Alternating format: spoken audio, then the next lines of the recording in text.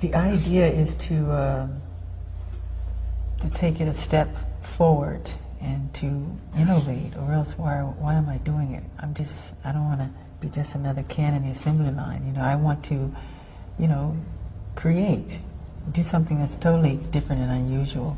It's like, I hate to say it, but it's like what all songwriters say. It's true. It's like you don't write the song writes itself, and it just kind of falls into your lap. It's like when you say, gee whiz, did I do this? It was that sort of thing. Is video the same, or is video more work? Kind of. I think so. It's a cousin of the same creative, intent. I think. You let it create itself, really. I know I do. In my opinion, it has to be completely entertaining and have a sense of a linear sense of continuity.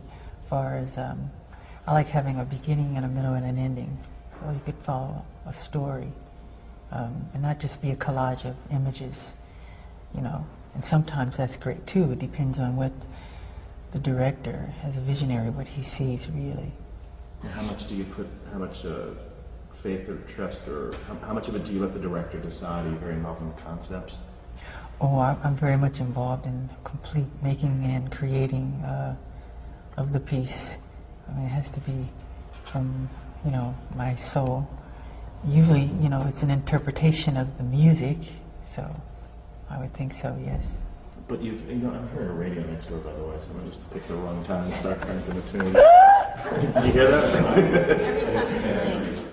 I love working with John Landis because we laugh a lot. We're never serious on the set. So it's fun working with John because I get to throw water balloons and stink bombs and everything at him. That's a ritual for me. After we wrap on each video, I throw a lot of stuff at everybody. So that's fun. That's awesome. How did you first meet John?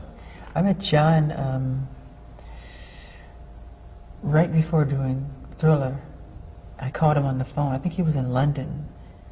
And I told him what I wanted to do and what the concept was. And we came together and we wrote it, the two of us. Now, when you were talking concept with him, did you envision it as being a movie or a music video? Because it seems it's more of a film. No, my idea was to make a short film, with conversation in the beginning and make that kind of linear and to bookend it with conversation at the end.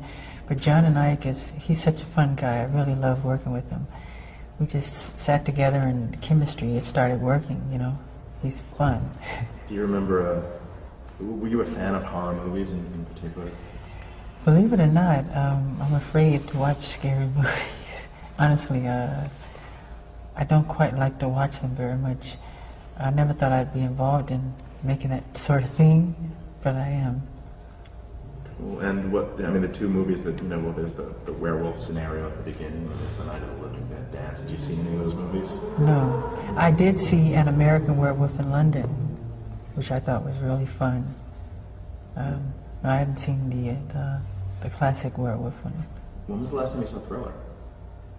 Gee, I don't know. I thought about watching it again, but I don't, because I don't want to scare the children. My idea, I always try to be a pioneer and an innovator in whatever I do, and my dream was to always make, short little films, because I'm a big fan of the Three Stooges. And I love watching Curly, who I think is wonderful. And they make these like 15-minute shorts. And I said, gee, I would love to do something like that one day, with a linear story. So this was my opportunity. Rod Temperton, who wrote Thriller, that was one of the first raps, actually. He thought of having a rap at the end of it. And we called up Vincent Price, and he says yes right away. So Rod was taking the taxi from his hotel. He's a German fellow. From his hotel to the studio, and he wrote it within transit. And he did a great job. Did you ever meet Vincent or get to? Yes, I've known Vincent Price since I was 11. And the first time I met him, it was at NBC Studios. And he said, "Come here," like that, in his kind of gruesome voice. And I started to cry because I thought he was serious. Because I used to see him by turning the channels and those kind of, I think he was in The Raven and the House of Wax or something. So he scared me. And was there any talk of trying to get him actually in the video, or Pardon? to actually get him physically in the video? Or was that... No, there was never any talk about that, no. Okay, and some of the dialogue, we were watching the video earlier, and do you remember any of the dialogue from the scenes? Anything that jumps out at you from the film at the beginning with all From Thriller? Yeah. Gee, do you have a favorite line or favorite part of that? We were all... Oh, I like the scene when I'm looking at, when the girl, all these zombies are coming toward us, and she thinks she's safe with me, you know, being her boyfriend, and she looks over to me and I become one, and then we do that famous pull in and pull out movement, the Hitchcock move, and I love that moment. Then I become one. It's fun. Yeah. It was a delicate thing to work on because I remember my original approach was, how do you make zombies and monsters dance without it being comical? So I said we have to do just the right kind of movement so it doesn't become something that you laugh at, but it just has to be, you know, take it to another level.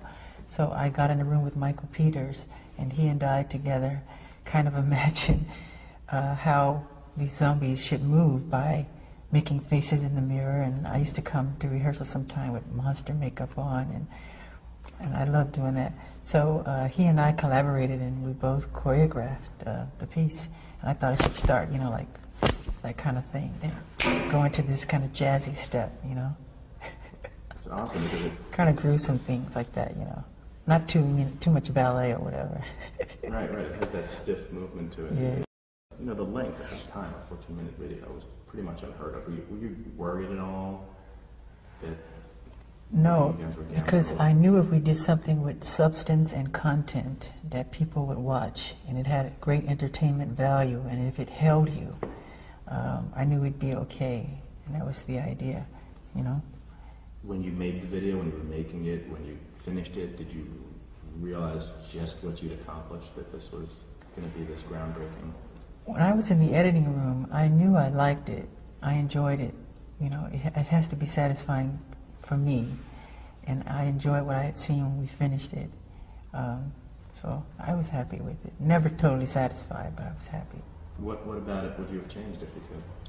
I mean, I was happy with certain cuts and angles and the timing and, you know, those sort of things, you know. Your own worst critic, huh?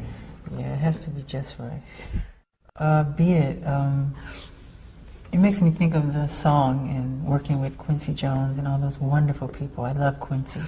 He's a wonderful guy to work with. And I remember him telling me to write a song that I would enjoy, you know, with an edge. So I went in my room and wrote Beat It. I don't know why, but I did. About, you know, two gangs coming together. And the song is so self-explanatory that it's so easy to make this short film. And I had seen, I think it was a McDonald's commercial, and I said, God, I like the rhythm and the cut of this commercial. I said, I want this director for this piece. So I reached out to him.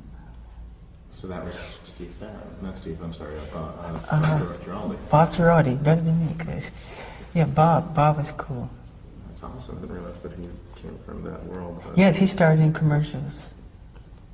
Well, it certainly gave him a big opportunity there. Yeah. There was a time, was there a controversy at the time that MTV wasn't playing, you know, wouldn't play the video, and was it Billie Jean or Beat It that basically broke the racial I think it was Billie Jean, because that came before Beat It. It was between Mickey Schulhoff and MTV. I don't know the whole story. But still, how did that make you feel to finally, you know, to be the one to kind of be the first? It makes me feel happy. It really does. I was glad. Cool. Billie Jean is kind of different because it really doesn't have anything to do with the lyrics of the video. It's kind of a whole different thing. How'd you come up with that?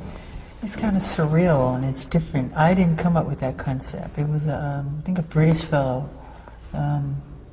Steve Barron. Yeah, Steve Barron.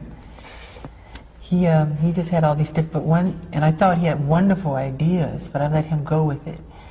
The only part I wrote in the piece was I said, I just want a section. I said, give me a section where I could dance a little. Because he said no dancing in the whole piece. He said, no dancing.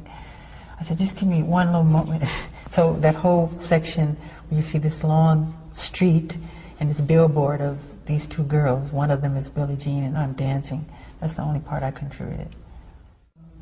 I wanted to do a dance number where I told my sister Janet, I said, you remind me of a Black Panther. I said, why don't you do something where you transform into a Black Panther and you transform into yourself again?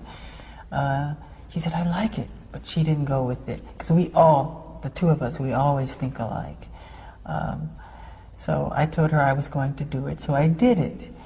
And in the dance, I said, I want to do a dance number where I can just let out my frustration about, you know, injustice and prejudice and racism and bigotry.